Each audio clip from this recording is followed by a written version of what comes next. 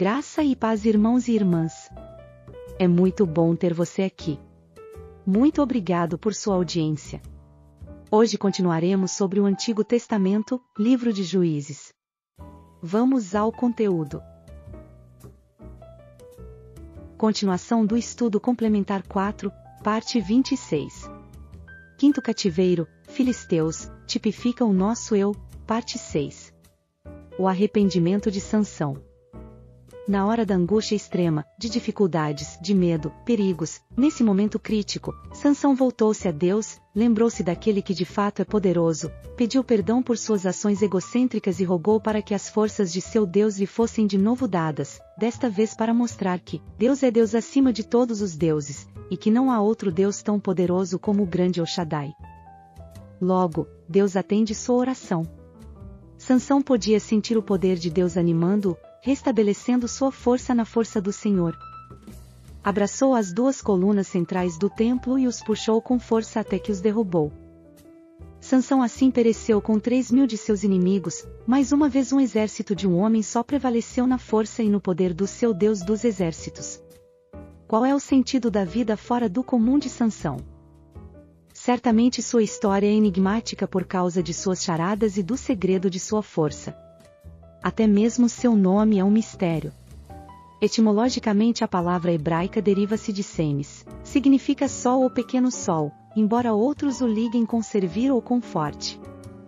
Certamente extraordinária e prodigiosa era sua força, mas somente quando o Espírito de Deus se apossava dele, que de fato não era sua força, pois a força descomunal era adquirida do Espírito Santo de Deus. Logo Sansão na sua própria carne era um indivíduo fracote, tinha músculos, mas não tinha força. A sua força era destinada a cumprir uma missão de libertação divinamente ordenada. Ele só compreendeu isso no último momento da sua existência humana. Em vez de usar sua força para servir, usará-a para ser pequeno sol, para se fazer o centro brilhante do espetáculo. Isto é próprio do ser humano que quer dividir a glória com o Senhor Jesus, o sol da justiça, dele sim é a força, a glória, o poder para sempre e sempre. É evidente que Sansão não era um psicopata ou um gigante de cérebro vazio, ou um tolo. Ao contrário, ele era engenhoso, sensível, perspicaz, tinha veia poética. Juízes 14, 14 e 18. 14. Então lhes disse, do comedor saiu comida, e do forte saiu doçura. E em 3 dias não puderam decifrar o enigma. Disseram, pois, a Sansão os homens daquela cidade, ao 7º dia, antes de se pôr o sol, que coisa mais doce do que o mel? E que coisa mais forte do que o leão? E ele lhes disse, se vós não lavrasseis com a minha novilha, nunca teríeis descoberto o meu enigma. 15:16. Então disse Sansão: com uma queixada de jumento, montões sobre montões, com uma queixada de jumento feria 1000 homens, e repetidamente escapou das armadilhas dos filisteus. Juízes 16, 2 e 3. E foi dito aos gazitas, Sansão entrou aqui. Cercaram-no, e toda a noite lhe puseram espias à porta da cidade, porém toda a noite estiveram quietos, dizendo, até a luz da manhã esperaremos, então o mataremos.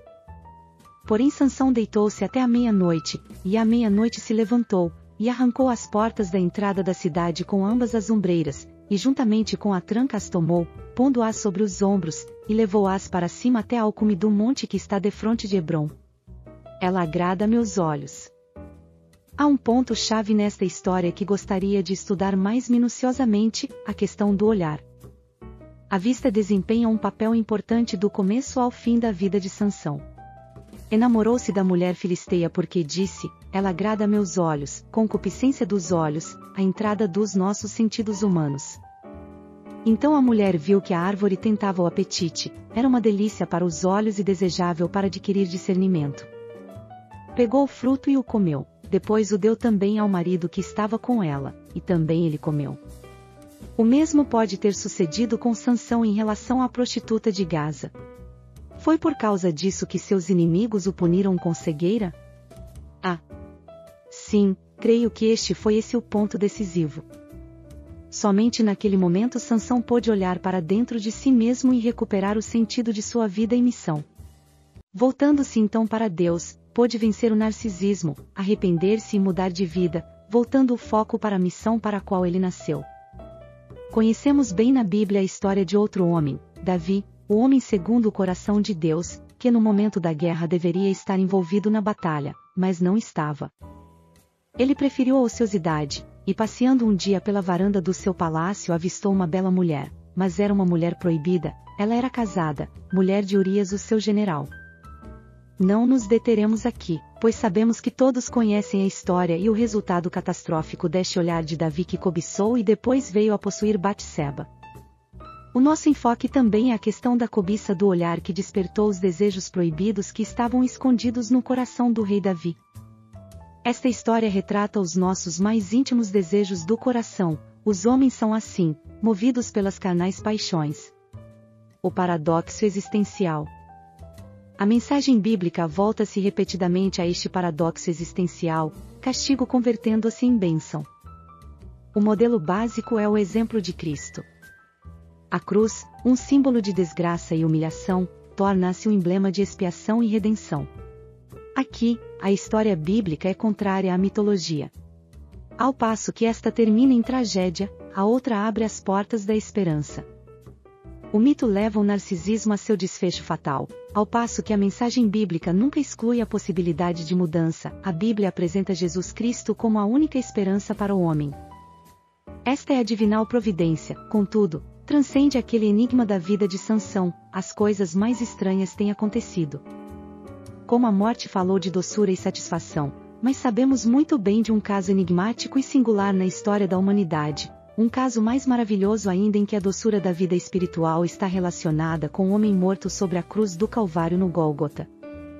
Se Sansão tivesse vivido hoje teria sido o Hércules das telas cinematográficas e também dos vídeos.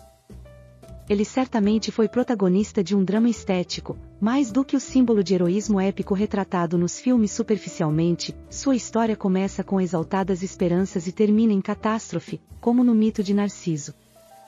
Importante salientar, todavia, que o último ato na vida de Sansão foi um ato de consagração, um ato que mostrou esperança, fé e amor que se sacrifica por Deus e seu povo. Só nesse momento ouviu ele a Deus. Sansão até então tinha vivido como sol tentando atrair para si mesmo a fama, o destaque, vivendo à margem da transcendência, usando Deus a seu bel prazer. Juízes 15:18, e como tivesse grande sede, clamou ao Senhor, e disse, pela mão do teu servo tu deste esta grande salvação, morrerei eu pois agora de sede, e cairei na mão destes incircuncisos.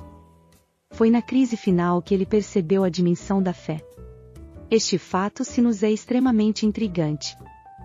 Saulo de Tarso também viu a Jesus Cristo quando estava cego por 3 dias em Damasco, Atos 9:9.